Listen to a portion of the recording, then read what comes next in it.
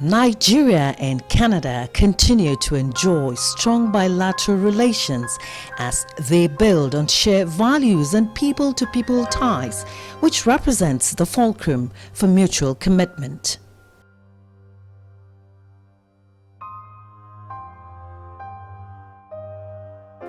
The meeting between Nigeria's President Muhammadu Buhari and Canadian Prime Minister Justin Trudeau in February 2020 on the margins of the 33rd African Union Summit in Addis Ababa can be described as a testament to the growing propensity for more robust bilateral engagements.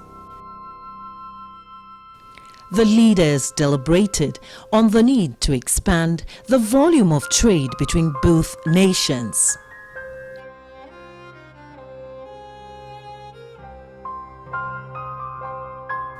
Prime Minister Trudeau, who had wrapped his team president, Nigerian-Canadian Masai Ujiri, on his entourage, tapped into President Buhari's leadership in Africa while reflecting on the challenges on the continent, even as Canada looks up to potential opportunities in Nigeria.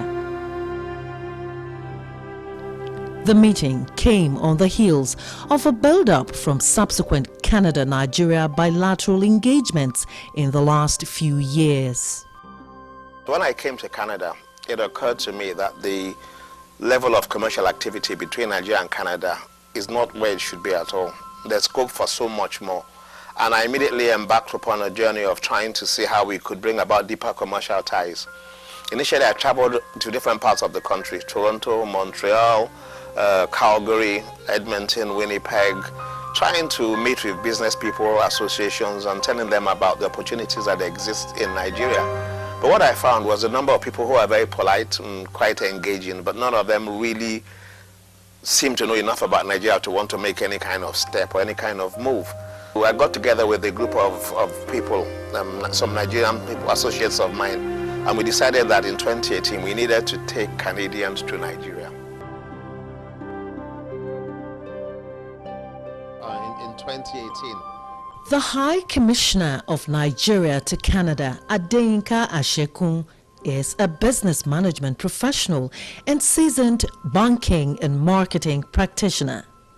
His passion for economic diplomacy stimulated the curiosity of the Canadian government and business sector to visit Nigeria for a first-hand experience of the nation, people, and business opportunities.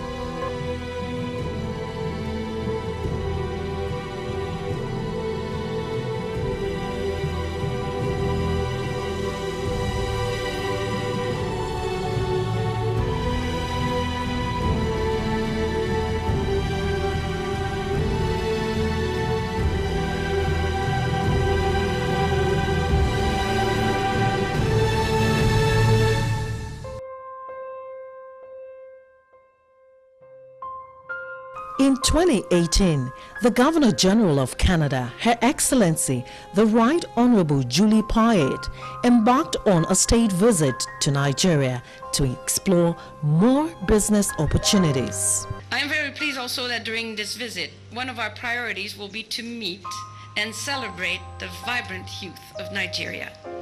Our visit is really focused on three themes and sectors for which Nigeria is already very rich.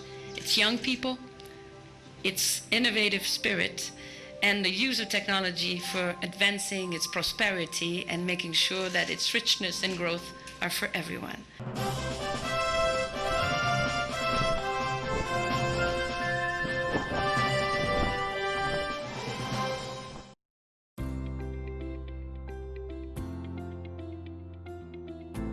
The visit was followed shortly by the Made in Nigeria-Canada Investment Summit (NCIS) in Abuja, the Federal Capital Territory, declared opened by the Vice President of the Federal Republic of Nigeria, Professor Yemi Osinbajo. I think this is just the perfect time for Canada and Nigeria to be looking at doing business together. Canada is at a point where it's really ready to go more international. A lot of Canadian industries are already going international. But it's a time now when they realize how important it is to diversify markets. And in Africa, things are moving along so well now. A lot of Canadian companies are already experienced in South Africa and parts of East Africa, and some in the West, but not as many as we would like to see. So I think it's a wonderful time.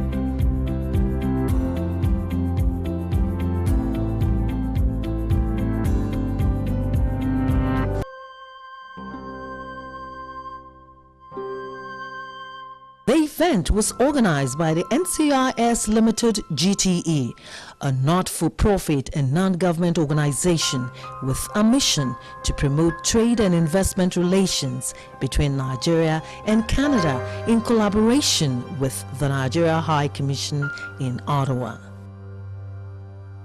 The NCIS was an eye-opener for delegates, which led to various connections and collaborations between members of the private sector in Canada and Nigeria.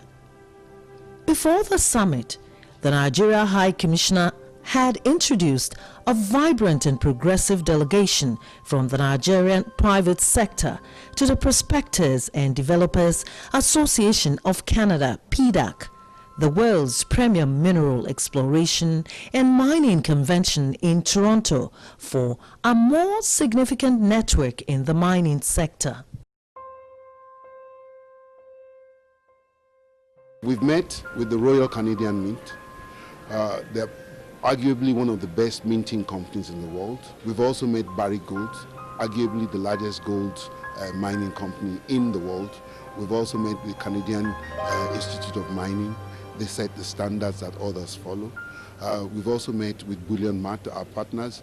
Meeting each and every one of them has meant that Nigeria, for the first time, became the doyen and the bride of the PDAC. In 2019, the Nigeria High Commission continued to build on the fallouts from the 2018 NCIS Summit as they embarked on a series of road shows in Toronto, Ontario, and Calgary, Alberta, in preparation for the 2019 summit.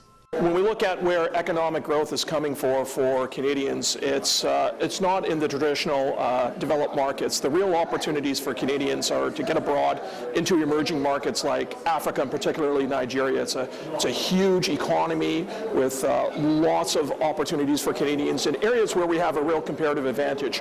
Mining, oil and gas, agriculture are just examples. And so at Elevate Export Finance Corp, part of our job and part of our mission is really to encourage those Canadian companies to spread their wings a little bit and look abroad to see where those opportunities are, and to facilitate that with solutions and knowledge.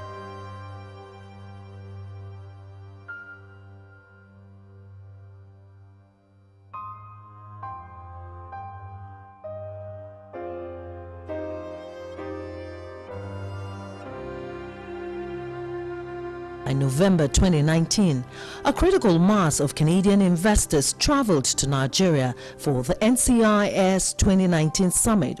Good morning and welcome to the Federal Capital Territory, Abuja, of the Federal Republic of Nigeria. The theme for this summit is all about reaching greater heights. No question that both our governments and business communities realize that there is enormous potential in our relationship.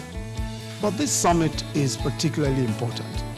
We have much richer private and public sector participation than before.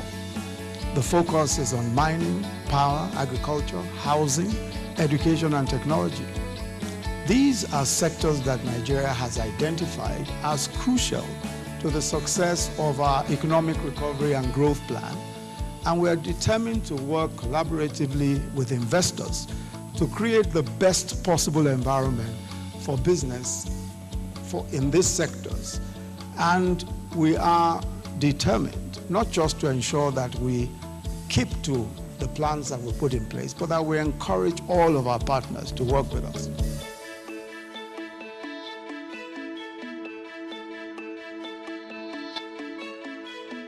We see the immense potential that Nigeria has to offer in terms of a highly educated population, a highly entrepreneurial population, an engine of growth in Africa.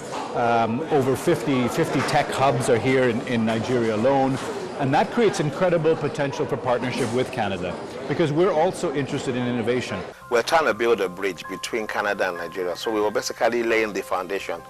We've created a level of awareness, and I do know that there are discussions back and forth. In 2018, we were able to sign an MOU between Spring Fountain Infrastructure of Nigeria and Bullion Mart of Canada, which was a $1 billion MOU for the development of the gold industry. That was signed in 2018, and as you may be aware, Dukia Gold was launched in Nigeria on the 9th of June, and that's a fruit of the collaboration between a Nigerian and a Canadian enterprise, and it's going to have a significant impact upon the development of the gold industry. The fact that there was an increase in the number of Canadians who came to Nigeria in 2019 shows that the message is beginning to resonate. I told you about a vice president from the Royal Bank of Canada who came to have a meeting with us and spoke about the number and percentage of Canadian businesses doing business abroad. That meeting was brought about because she began to get inquiries from their customers about the prospects for doing business in Nigeria, especially in the mining space. One of the things that I always talk about that has impressed me about Nigerians is the youth and the innovation that the young people bring with them. There's a lot of Nigerians, over 10,000 Nigerians in Canada. I have the pleasure to work with many of them at Carleton University, and I find them to be very creative, very innovative, very resourceful young individuals. So I've always been struck by their ability to be able to innovate, to solve real-world problems, and they are good team players when is required.